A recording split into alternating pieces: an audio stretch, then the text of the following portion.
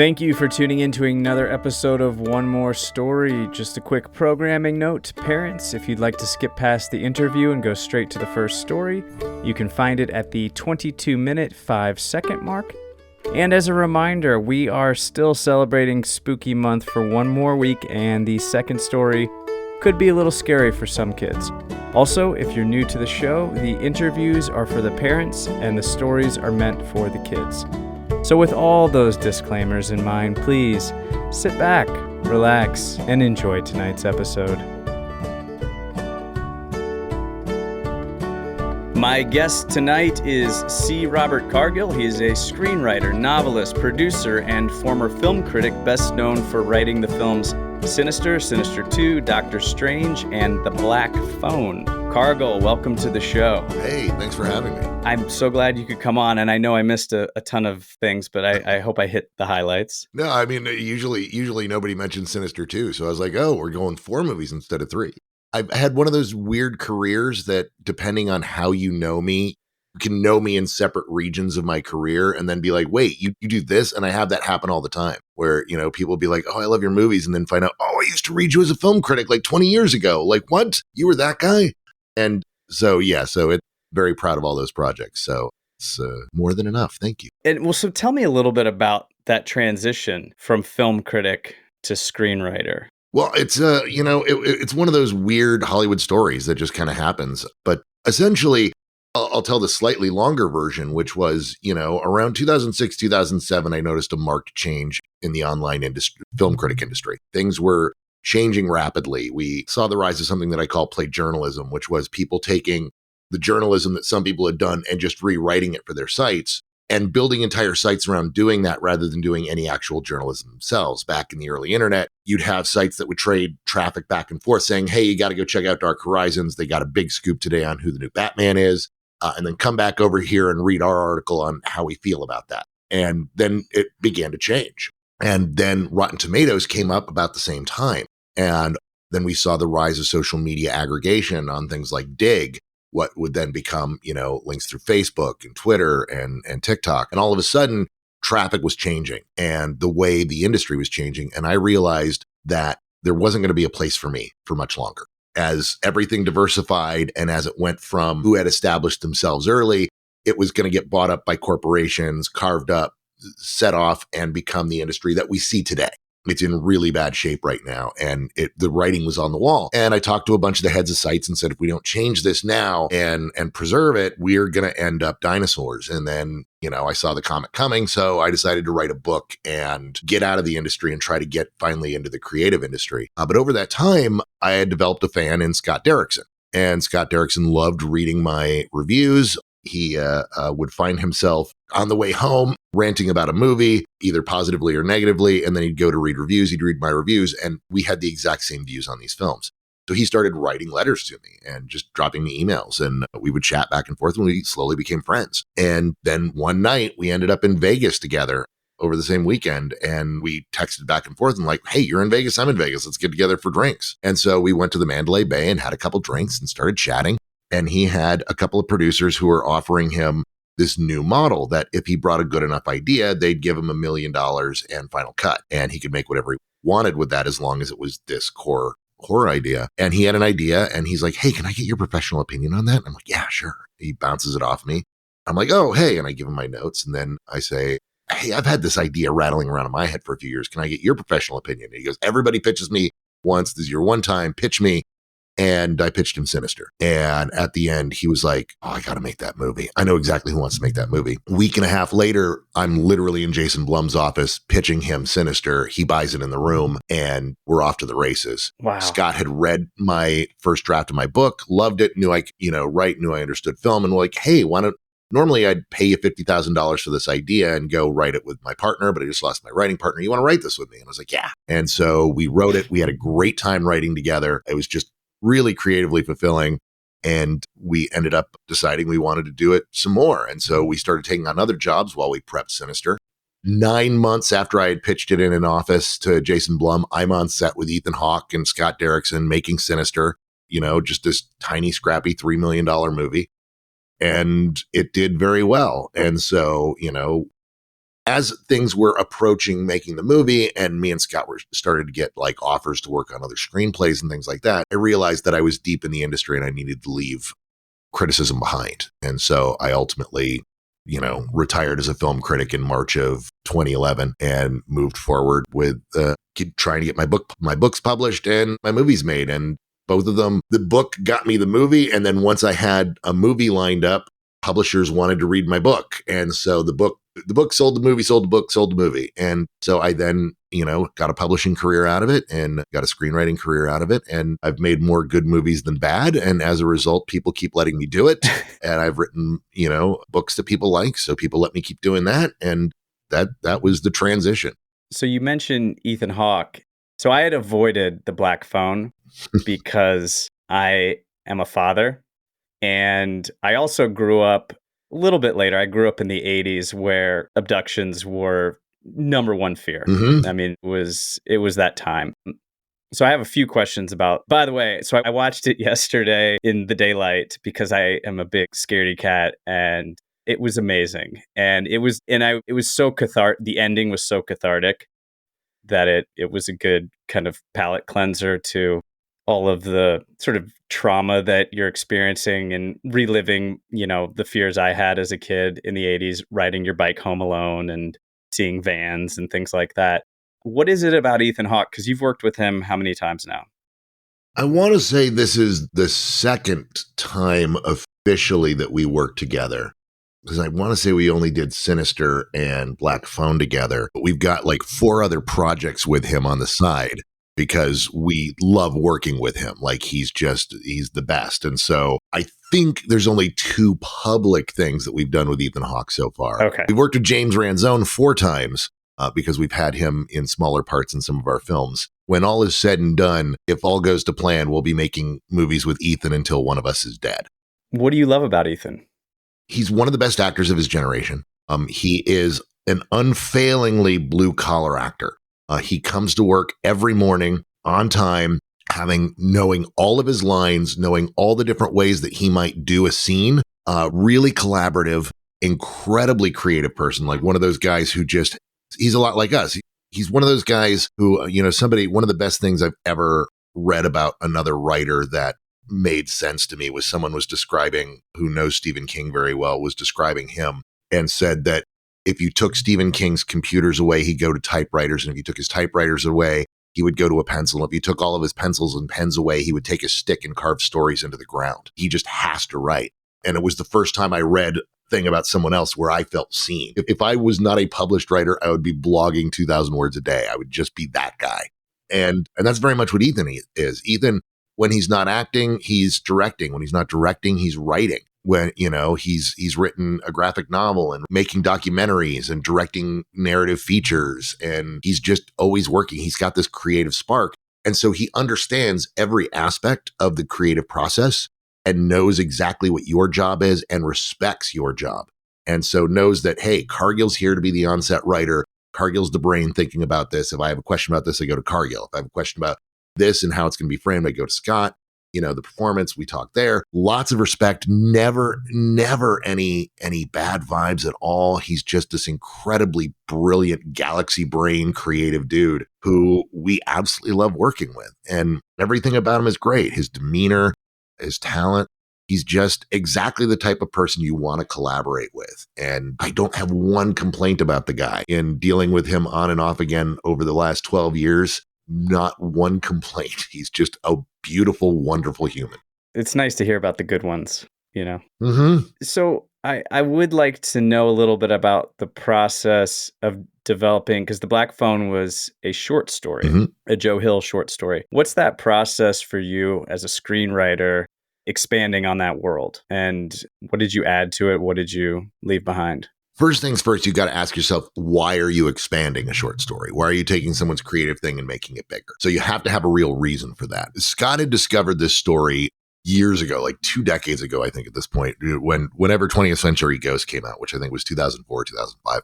Scott bought it like right off the shelf the month it came out. It was in the new release section. He goes, I don't know who this Joe Hill guy is, because nobody did at that point. But I want to read this. And he went right to that story, read it in the store, bought the book right there, and was in love with it. And after we wrote Sinister, it was the first thing he pitched to me. He said, we should make this short story. And I looked at it and I said, this is a really good short story, but it has no first act and it has no third act. It's just all, second act, and the third act is like the last 2 pages of the story. It's just like right there. We would need to expand it. We need to create a lot of stuff. And right now you and I have a lot of ideas.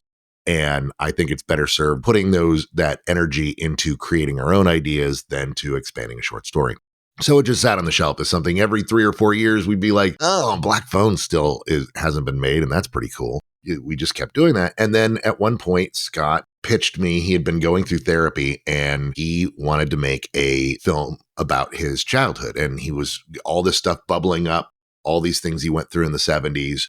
And he wanted to do something. And he's like, do you want to make something like, just low budget? We may even fund it ourselves and just shoot it in a basement somewhere in Denver. But I really feel I need to get this out. And in talking about it, we came around to, well, what if we took all this stuff that you've got bubbling up, and that's the stuff we insert into Black Phone that Black Phone is missing?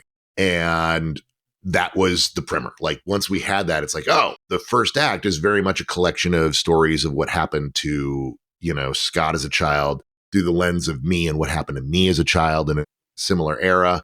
And then moving into, the story as it's presented in the short story, but then expanding it. Because in the story, there's only one ghost. And we were like, well, we need more meat here. And Scott's answer was, well, there's 5 ghosts. It's all the kids who died in the basement. This guy clearly hasn't just done it once. It's all the ghosts. And then we worked together and we pieced together this whole concept of, oh, what if each ghost has their own piece of a puzzle that they're helping this kid solve to get out?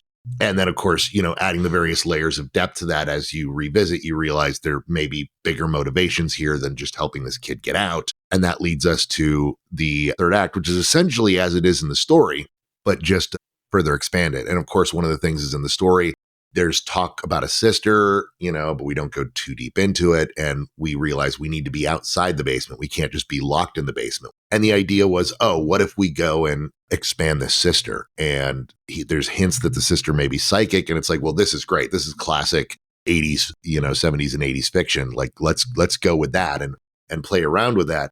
And then, of course, that expands why, oh, yeah, of course, the sister has powers. That's why he is hearing these voices, because he's hearing this. Because he has powers too, and allowed us to expand kind of all that. And so we then went and wrote and pretty much kept everything that was in that short story.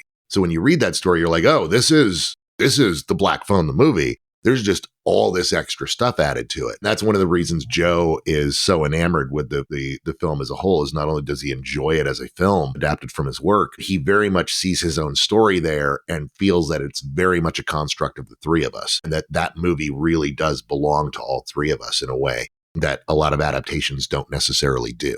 But that's how we went and expanded. We figured out what's working here and not changing any of that, and figuring out how to add and build out. And so you can definitely go back and read The Black Phone and enjoy it as a short story and go, oh, this is absolutely the thing I read, but this movie is just more of it. That's really kind of what you want to do when you're expanding upon a short story, is make sure you zero in on why that short story works and what can be kept for a feature. And in this case, it was all of it. And then find the ways to expand it, making all of that better so that all of those ideas get really fully realized. Because a short story, in its heart, is really just a cool idea being expounded upon. It doesn't need to have a 3-act structure. It doesn't need to fully go into an idea. It doesn't need to have characters. Many great short stories don't have any characters at all. Sometimes a short story is only character without much of a story. And it's just a presentation of an idea. And so expanding upon a short story, especially into film, is taking that idea and expounding upon that further and taking it to its logical conclusion. Because when you do make a movie, it does have to have characters. It does have to have plot. It does have to have structure to a certain degree. So that's want to target that and just kind of wrap your head around the fact that a short story just exists to present that idea to you and is just as long as it needs to be, whereas a movie needs to be a certain length or a novel needs to be, in a certain range. So that's pretty much the process. I loved what you did with the father character, because in lesser hands, he could have just been this one-note abusive alcoholic father. right? And so finding out what happened to the mother and his motivation for why he treats his children the way he does really added such depth and understanding to that character. And I just appreciated that because I wasn't sure. I mean, I assumed that you were going to do something with him, but it was just nice to see that on screen because you could understand where he was coming from. Thank you. Yeah, no, that was something I try to insist upon. I don't like one note villains or characters. I have a theory on 3 dimensions of character. In every story, you need to have 1-dimensional, 2-dimensional, 3-dimensional characters. And, 1-dimensional character just serves the plot. And that's what most people would do with the dad character, is make him one note. He's just there to be an antagonist to the characters. 2-dimensional character has, serves the plot and wants something. And then a 3-dimensional character is a person who serves the plot, wants something, but has something within them that keeps them from wanting it. And that's where we have our more developed characters. And I think any character that's really, really, truly important to your story should have those 3 dimensions. And so with him, it was like, okay, he's an abusive father. He's a drunk, but why? And that's where it's like, oh, the first question is why isn't mom around? It's like, oh, well, what if this is this tragedy? And I really like the idea that, he's not beating his daughter because he's enjoying beating his daughter or that he's taking out his bad work on this little girl. He's spanking her because she's exhibiting these things that his wife exhibited. He loves her, but he doesn't have the toolbox in which to know how to fix this. And the only way he knows is the way he was clearly brought up, which ties into our entire theme of the cycle of abuse that we deal with in multiple ways in this movie. And having him just trying to beat the evil out of his daughter because he doesn't want his daughter to end up the way his wife ended up. And I really thought there was a tragic beauty in that narrative of, this guy's, ugly, and we don't forgive him by the end because any abuse of a child is unforgivable, but we understand. And by understanding, it adds a layer of depth that causes you to pull other layers off of the story and realize just all the various things we buried in this narrative. And it was such a beautifully tragic moment at the end when they're sitting on the back of the ambulance and he comes up and he's on his knees begging for their forgiveness. And the 2 young actors were just so wonderful how they played that because you knew that they couldn't accept his forgiveness. And it was just going to be, that was just the way it was going to be. But it was so heartbreaking and really just, it was a perfect ending to all of it. So kudos. I mean, I loved it. I did have trouble getting to sleep last night, but well, thank you. That's the best compliment a horror filmmaker can get. I mean, yeah, that's the thing with horror. So since this is a bedtime story for kids podcast, were there particular bedtime stories that you enjoyed as a child or, things that you read at bedtime? I mean, I did read a lot of genre growing up. I read a lot of scary stories to tell in the dark. I love those books quite a bit. I can't remember many of the books when I was very young. I know I read a lot. I wrote my first book when I was 5 years old. I wrote and illustrated a Scooby-Doo mystery. It's terrible. It's terrible. But I was a big Scooby-Doo fan. And so when I was 5 years old, I took all the paper and drew the pictures and wrote the story and stapled it together. And I have my first book. I know I was very much wildly reading and obsessed with books at the time. But in terms of bedtime stuff, I don't particularly remember the young stuff. I do remember the later middle stuff. I read my first novel when I was 8. I had a huge crush on Drew Barrymore, and I really wanted to see this new movie she had coming out. My parents were like, we're not taking you to a Stephen King movie. And so my aunt, who was just a few years older than me, bought me a copy of Firestarter and gave it to me. And my parents were like, why are you giving our son a Stephen King novel? And she was like, he's not going to read it. He's going to look at the picture of the girl on the cover. He's got a crush. And they're like, all right. I read that cover to cover 3 times. And by the 3rd time, I realized I wanted to be a writer. I was like, this Stephen King guy does this for a living. I want to do this. And so I started reading novels. And as soon as my mother realized I was reading this, the nerd in her went, all right, no son of mine's going to be reading novels and not read the classics. So the next thing she does is she puts The Hobbit in my hands and is like, this is the next novel you're reading. It's the next thing I read is The Hobbit. And I start going out into the garage where my dad was keeping his old book collection from when he was a teenager. And he was big into Westerns and into movie adaptations. So he had all the Planet of the Apes books that were adapted from the movies. And so I read through those and read all the Planet of the Apes books. And started deep diving into that. And next thing you know, I'm a full on nerd, just mired in science fiction, fantasy, and horror. And there's no saving me. Well, what's your routine for bedtime? How do you, I mean, you're a bit of a night owl, aren't you? How do you wind things down? Calling me a bit of a night owl. I was well known in the industry for being a vampire. That a friend of mine once joked that you've made it in the industry when Cargill wakes up for a morning meeting with you. I used to go to bed at like 7 a.m, writing all night. God. Now it's more 3, 4 a.m. So everybody's like, oh, we can have real meetings with Cargill now. Doesn't have to be late in the day. So my wind down procedure is generally I like to, take half an hour, and watch some YouTube, some just relaxing stuff. I love cooking shows. I love go back to Scary Stories to Tell in the Dark. I like dark mysteries and things like that. Usually of the occult or just widely mysterious, we don't know variety, as opposed to true crime, and just like watching stuff of that nature or things about narratives. I love one of the weird things I love is big overviews of wrestlers' careers, because it's really about when they tell those, it's never really about the physical behind the scenes real stuff about it. It's really about their narratives and how this character goes from being this to doing that and doing this, and watching how the crowd reacts to that and how their history kind of pans out. It's a really interesting study in character and how the choices that these people make creating these characters. And so I typically watch, that for an hour or so. And then as soon as I feel my eyes fluttering, I turn off the TV and pass out and sleep well for 8 hours. Well, I think that's a good segue into some bedtime stories. Cargill, are you ready for your first story? I am ready for my first story. Okay. The word is rope.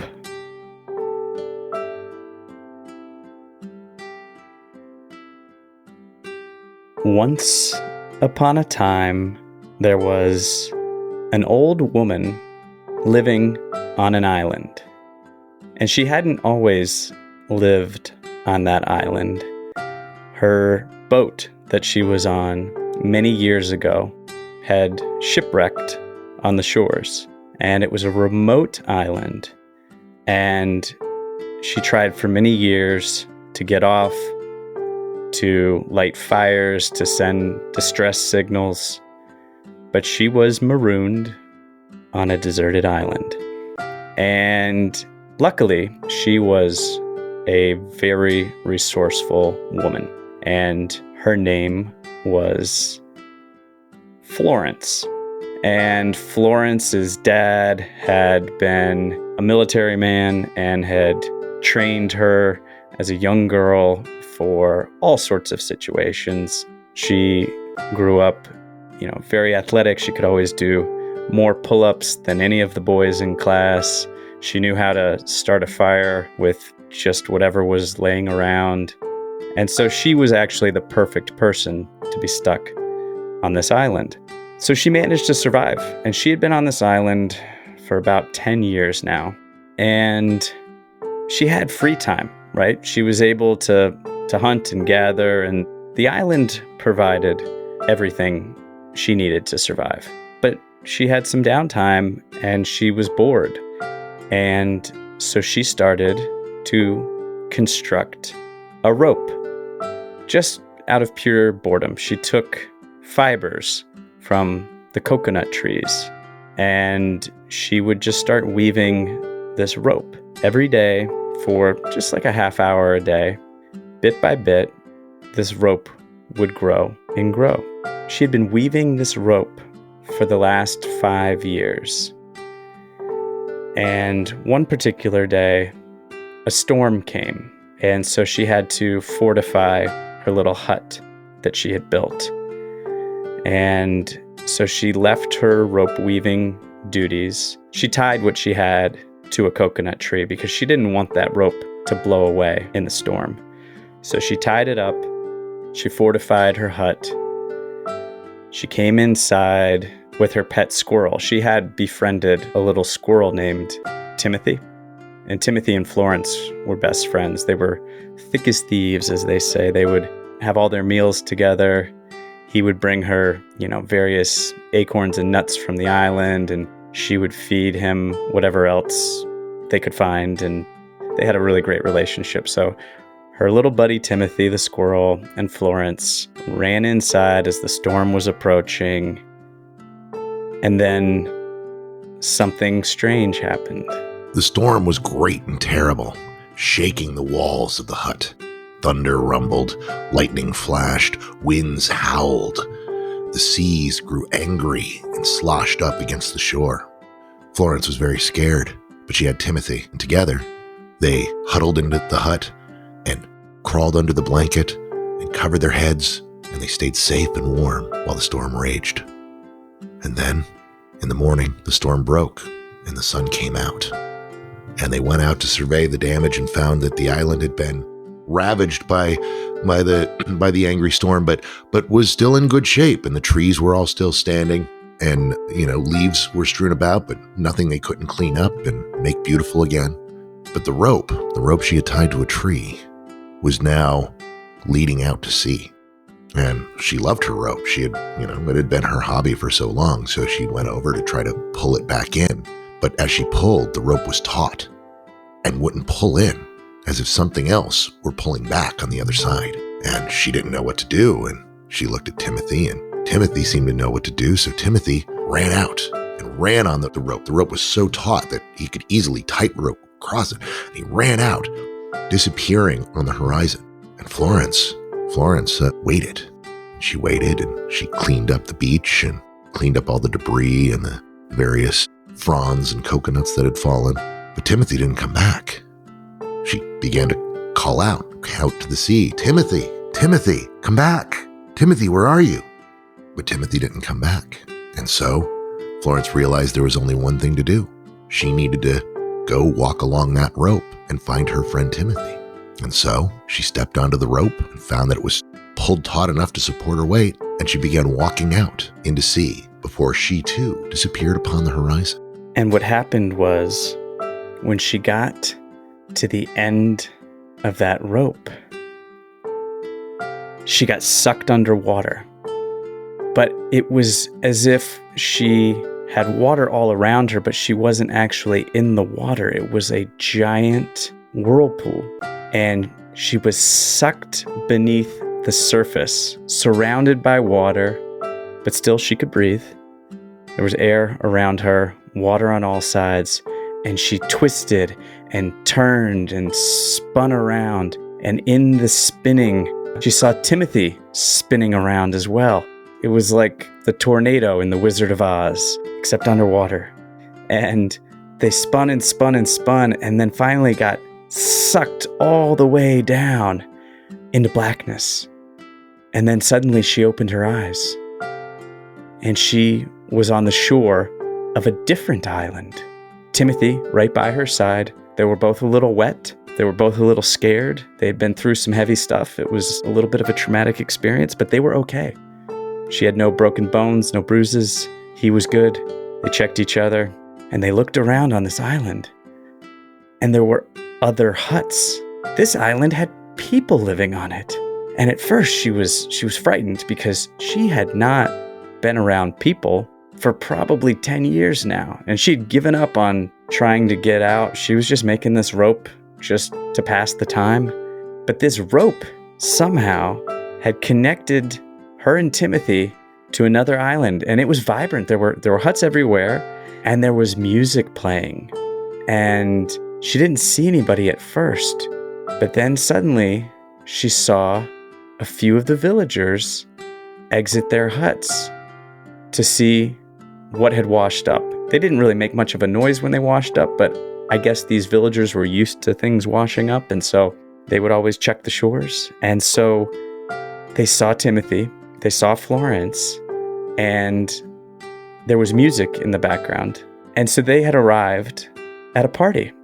And at first, these villagers did not know what to make of Florence and Timothy, because they had never seen an outsider before. And so after they got through the initial shock of this new person arriving on their shore, they approached her very carefully, and they spoke to her. And they said, "Hello, who are you?" And Florence said, Florence and this is Timothy. Well, where did you come from?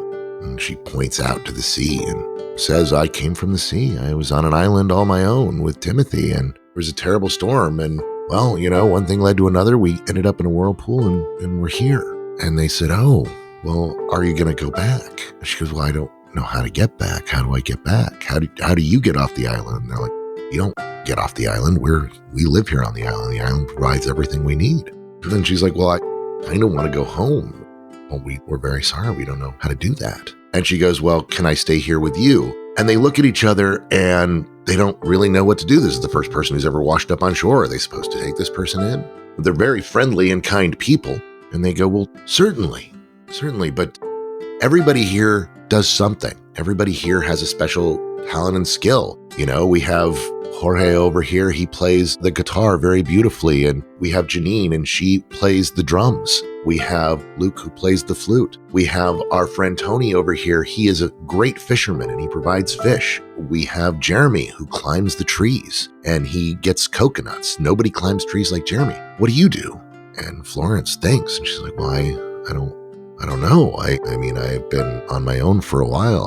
I can climb trees. Well, can you climb trees as good as Jeremy? And she's like, well, I don't know. And, well, let's see.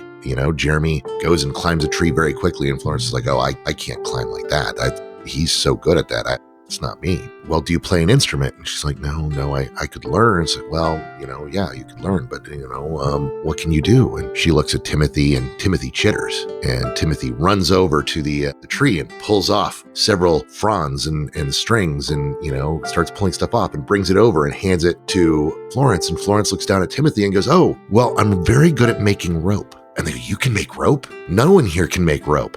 That's amazing. Would you come and join us and be our rope maker? And Florence looked at Timothy, and Timothy chittered, and they both nodded, and they both said, okay, yes, we would love to make your rope. And the mayor of the village proclaims, everyone come meet Florence. She's a new member of our village. This is Florence and this is Timothy, and they make our rope.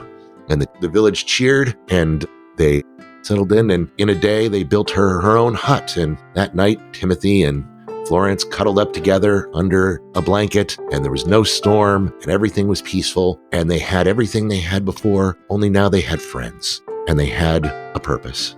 And together, they worked together to make all the rope for that village for all the rest of their days. The end. Cargill, do you have energy for one more story? I think I do. All right. The word is werewolf.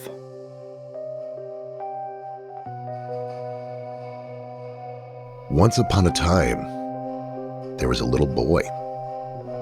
And that little boy loved to ride his bike, and he loved to go out and explore. He especially loved exploring the nearby woods near his house, where he had all sorts of wonderful adventures. There was all these great hills and dense trees.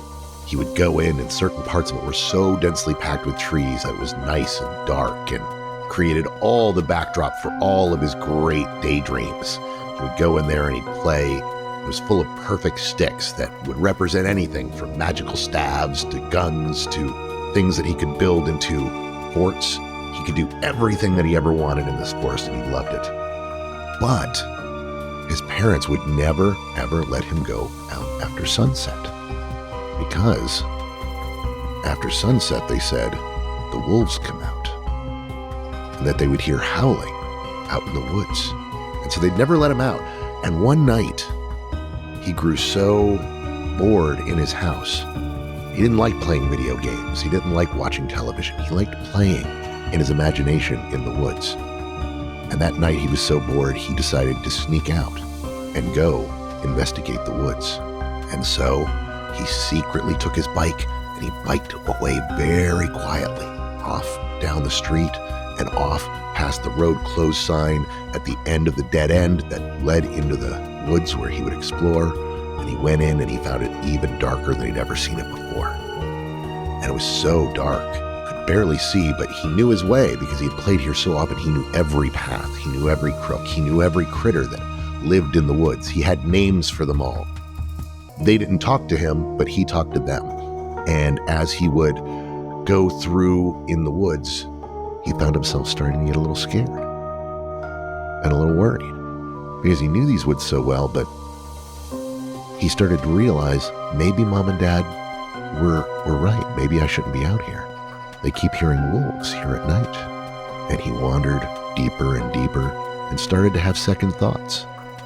Should I be out here at all? Maybe I should have listened to Mom and Dad. And he hears creaks as the wind blows through the boughs, and he hears the breaking of twigs and branches as the nighttime nocturnal animals come out to scurry. And he doesn't know these animals. He doesn't know them by name.